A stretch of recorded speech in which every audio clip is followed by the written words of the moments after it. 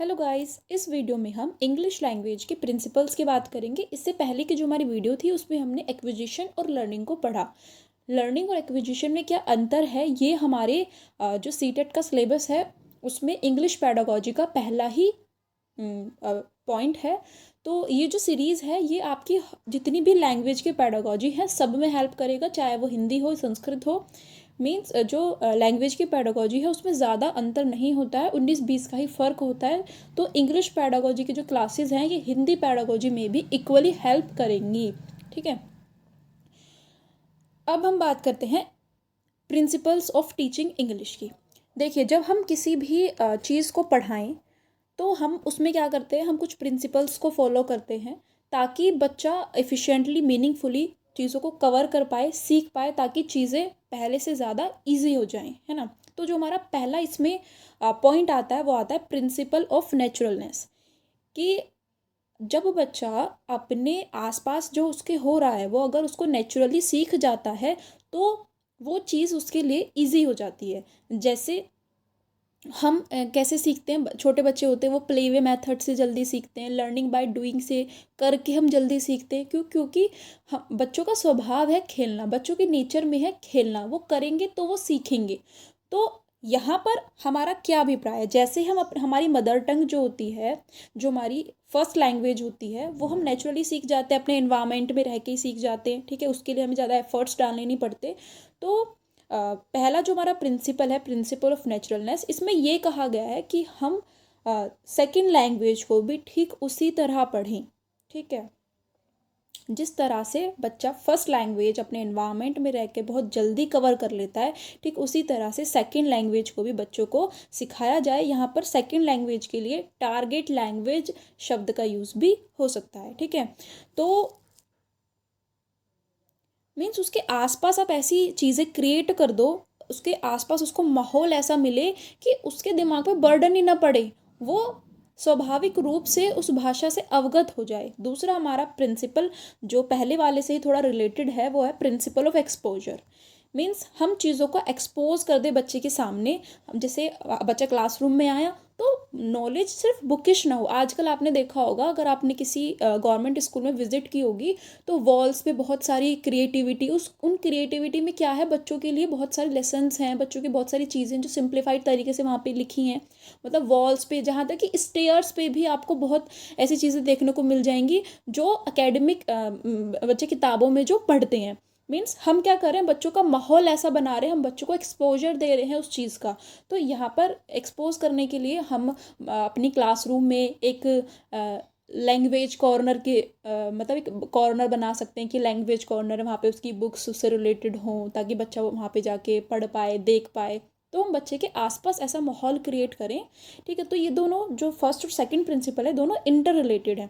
फिर हमारा थर्ड आता है हैबिट फॉर्मेशन। देखिए, हैबिट फॉर्मेशन की जो बात की है वो बिहेवियरिस्ट करते हैं। बिहेवियरिस्ट जो व्यवहारवादी हमारे मनोवैज्ञानिक आप पढ़ोगे वो हैबिट फॉर्मेशन की बात करते हैं कि बच्चा हैबिट फॉर्मेशन से सीखता है। देखिए, साइंस, मैथ्स, इसको हम हैबिट फॉर्मेशन से नहीं सिखा सकते, लेकिन भाषा एक ऐसा सब्जेक्ट है जिसको आप हैबिट फॉर्मेशन के थ्रू बहुत अच्छे से सिखा सकते हो। हैबिट, अब मुझे किसी बच्चे को उच्चारण सिखाना है तो वहाँ पर मैं उस बच्चे की हैबिट ही बनाऊंगी, है ना। तो इस तरह से हैबिट फॉर्मेशन के थ्रू, मतलब हैबिट फॉर्मेशन का भाषा में बहुत बड़ा योगदान है। अब यहाँ पे देखो क्या लिखा है, language learning is essentially a habit forming process. की जो लैंग्वेज लर्निंग है वो क्या है, एक हैबिट फॉर्मिंग प्रोसेस ही है। ठीक है, अब यहाँ पर हम बच्चों को ड्रिल करा सकते हैं, बच्चों को प्रैक्टिस करा सकते हैं, चीज़ों की रिपीटेशन करा सकते हैं ताकि वो सारी चीज़ें, वो सारे नए नए शब्द, वो सारे नए नए स्ट्रक्चर्स बच्चे के संज्ञान में आए, बच्चा बार बार उनको प्रैक्टिस करे और बच्चा उसमें हैबिचुअल हो जाए। फिर हमारा नेक्स्ट फोर्थ पॉइंट है the principle of using mother tongue. देखिए, जब भी हम, जैसे अभी हम पढ़ रहे हैं इंग्लिश पेडागोजी, लेकिन एक्सप्लेनेशन किस में हो रही है, हिंदी में। यानी मैं भी आप सबको इंस्ट्रक्ट करने के लिए, इंस्ट्रक्शंस देने के लिए, पढ़ाने के लिए हिंदी का यूज़ कर रही हूँ।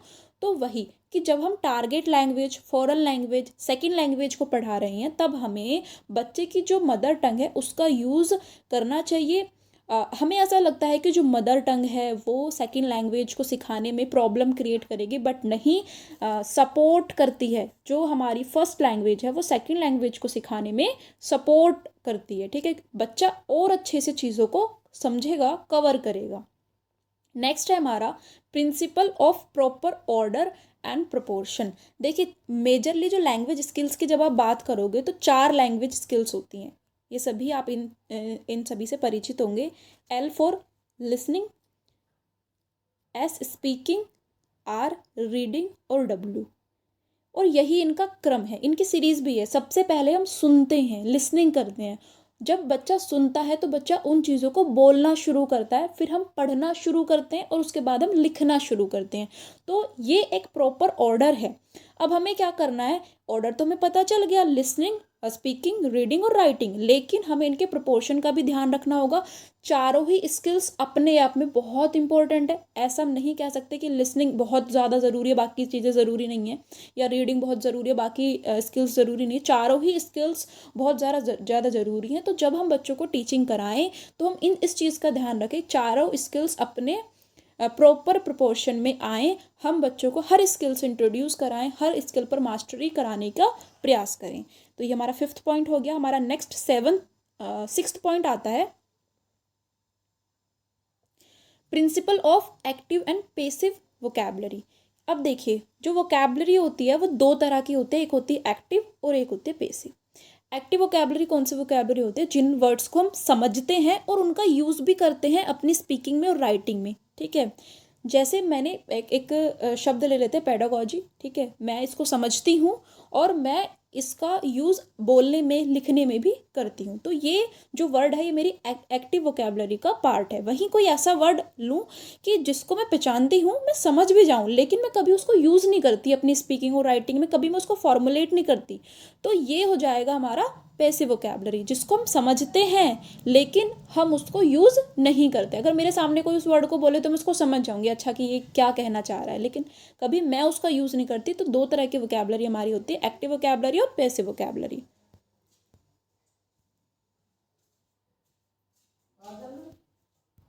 नेक्स्ट है प्रिंसिपल ऑफ मोटिवेशन।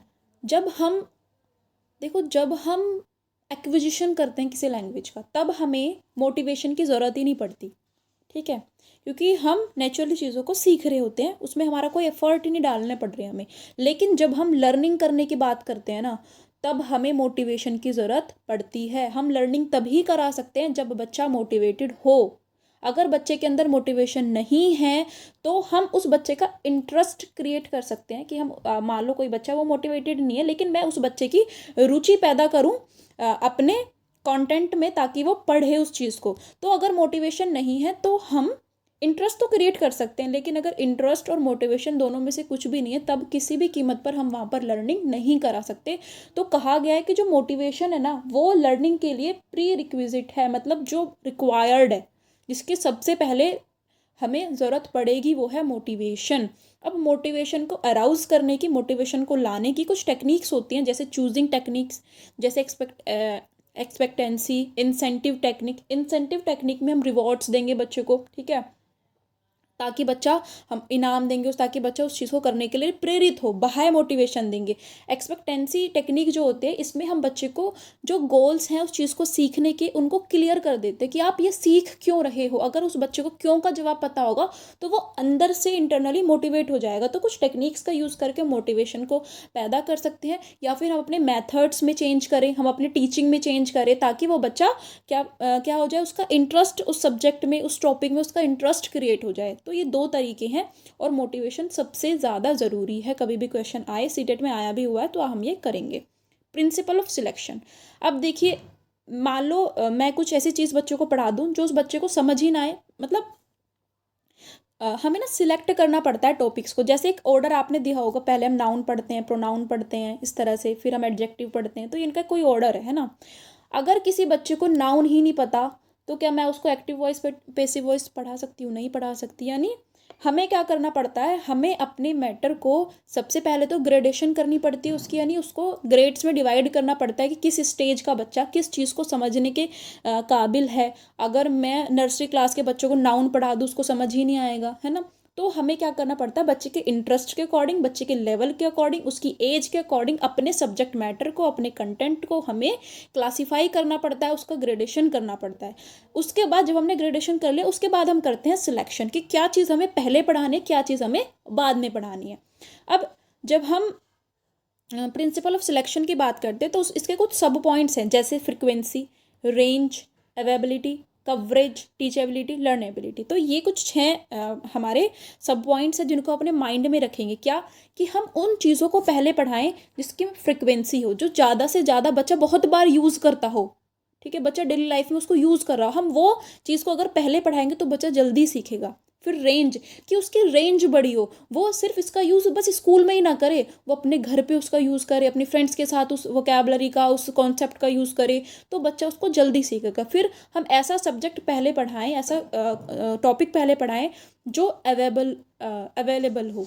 अगर वो उपलब्ध ही नहीं है, अवेलेबल ही नहीं है, तो हम उसको पढ़ाने में डिफ़िकल्टी होगी। फिर कवरेज, वो अच्छी कवरेज देता हो, वो बहुत बड़े एरिया को अपने आप में कवर किए हो। मान लो मैंने कोई ऐसा टॉपिक पढ़ा दिया जिसका मेरे सब्जेक्ट में ज़्यादा इम्पोर्टेंस ही नहीं है, तो ऐसा टॉपिक पढ़ाऊँ जो बहुत ज़्यादा इम्पोर्टेंट है, जो ज़्यादा कवरेज देता है। जैसे नाउन हो गया, नाउन से ही हम शुरुआत करते हैं नॉर्मली इंग्लिश की, इंग्लिश ग्रामर की। तो नाउन हर हर सेंटेंस में हमें नाउन दिखेगा, है ना, इस तरह से। तो टीचेबिलिटी, जिसको हम ऐसा टॉपिक चूज़ करें जिसको हम पढ़ा पाएँ, जो पढ़ाने के लायक हो। मैं ऐसा कोई टॉपिक ले आऊँ जिसको पढ़ाना नामुमकिन है, तो फिर वो कैसे होगा। और लर्नेबिलिटी, कि बच्चा लर्न करे, बच्चा सीखे। अभी मैंने आपको 2 प्रिंसिपल करा दिए यहाँ पर। ग्रेडेशन का करा दिया कि ईजी टू डिफ़िकल्ट हम ग्रेड करेंगे, क्या बच्चे के लिए ईजी हो, क्या डिफ़िकल्ट होगा। और एक करा दिया हमने प्रिंसिपल ऑफ सिलेक्शन। नेक्स्ट हमारा आता है प्रिंसिपल ऑफ फोनोलॉजी। फोनोलॉजी में क्या है कि अगर हम बोलकर करें, अगर हम चीज़ों को बोलकर सीखेंगे, सिंबल्स को, जैसे ये क्या है, मैंने बच्चों को बताया ही नहीं है क्या, ठीक है, मैंने बच्चे के सामने ये लिख दिया, सिर्फ बच्चों को इसको याद करने में डिफ़िकल्टी होगी। लेकिन अगर मैं इसको बताऊँ, ये APPLE, ये है एप्पल, तो अब इन सिंबल्स के साथ साथ बच्चे के जो साउंड्स हैं वो भी कनेक्ट हो गए हैं। यानी जब मैं बच्चों को रिटन इंग्लिश के साथ साथ स्पोकन इंग्लिश भी सिखाऊंगी तो बच्चा चीज़ों को जल्दी कवर करेगा, वो जल्दी उसको याद रखेगा ज़्यादा देर तक। नेक्स्ट हमारा आता है प्रिंसिपल ऑफ इंटरेस्ट। ये मैंने बता दिया, प्रिंसिपल इंटरेस्ट जागृत करना है हमें बच्चे का सब्जेक्ट के अंदर। फिर है principle of learning by doing. जितना हम बच्चों को करके सिखाएंगे, बच्चा उतना ही चीज़ों में मास्टरी हासिल करता है। जैसे हम क्या कर सकते हैं, लैंग्वेज को हम कैसे करके सिखाएंगे। जैसे मैंने सिखाया अप, मान लो, तो मैं बच्चों को बोलूँ कि खड़े हो जाओ, इस तरह से। डाउन सिखाया तो मैं बैठने वाली एक्टिविटी कराऊँ। तो यहाँ पर मैंने अपना जो मेरा नए नए वोकैबलरी हैं, इनको मैंने अटैच कर दिया, किससे, उनके फिज़िकल रिस्पॉन्स से। ठीक है, फिज़िकली मैंने उसमें चीज़ें ऐड कर दी, तो यहाँ पर ऐसी चीज़ों को बच्चे जल्दी कैच करते हैं। फिर है, नेक्स्ट है हमारा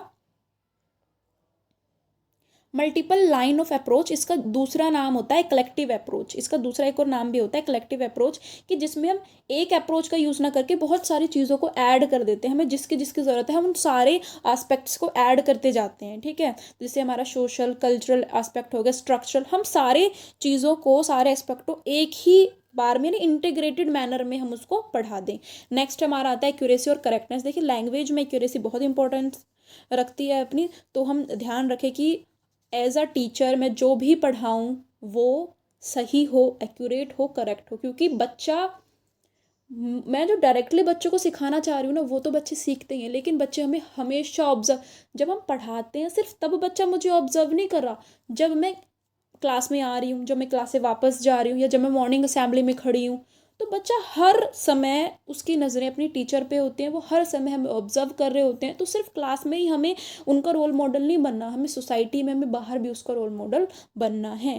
क्योंकि बच्चा क्या कर रहा है, बच्चा हमें इमिटेट करता है। बच्चा अपने माँ बाप से ज़्यादा टीचर को सही समझता है, तो जो हम करेंगे वो बच्चा करेगा। मान लो बहुत सारे टीचर ऐसे देश लिख देते हैं, टीचर ही गलत लिख रहा तो बच्चा तो उसे गलत सीखेगा ही। तो हमें इस तरह की जो गलतियां हैं वो ज़्यादा से ज़्यादा अवॉइड करनी है। ठीक है, तो प्रिंसिपल ऑफ करेक्टनेस हो गया, प्रिंसिपल ऑफ एक्यूरेसी हो गया। अब principle of correlation with life, कि जो हम भाषा पढ़ा रहे हैं उसको हम अपनी डेली लाइफ से कनेक्ट करके पढ़ाएं। जैसे एक पेडागोजी में टर्म आएगी रियलिया, REALI, रियल है करके टर्म आते हैं कि ऐसे टीचिंग मटेरियल होते हैं जो रियल हैं। जैसे मेरे को क्यूब पढ़ाना है तो मैं कोई रियल ऑब्जेक्ट ले गई, इस तरह से जो हम रियल चीज़ों को यूज़ करते हैं अपने क्लासरूम में उसको रियलिया कहते हैं। तो इस तरह से मेरे को मेरे को एप्पल पढ़ाना है, मेरे को अम्ब्रेला की स्पेलिंग सिखानी है, तो मैं उसको लेके आऊँ या मेरे पास है तो मैं उसको यूज़ कर दूँ। तो इस तरह से मैं अपनी जो मेरी नॉलेज है, जो मेरा कंटेंट है, मेरा सब्जेक्ट मैटर है, मैं उसको अपनी बच्चों की डेली लाइफ से कनेक्ट करके करूँगी तो बच्चों को बहुत बेनिफिट होगा। तो ये थे हमारे कुछ इम्पोर्टेंट प्रिंसिपल। बाकी प्रिंसिपल्स जो हैं ये आगे जो हमारा ये आप देख रहे हैं इफेक्टिव प्रिंसिपल, ये आगे आएगा हमारा, तो वो हम आगे देख लेंगे। धन्यवाद, thank you so much. Please like, subscribe and share.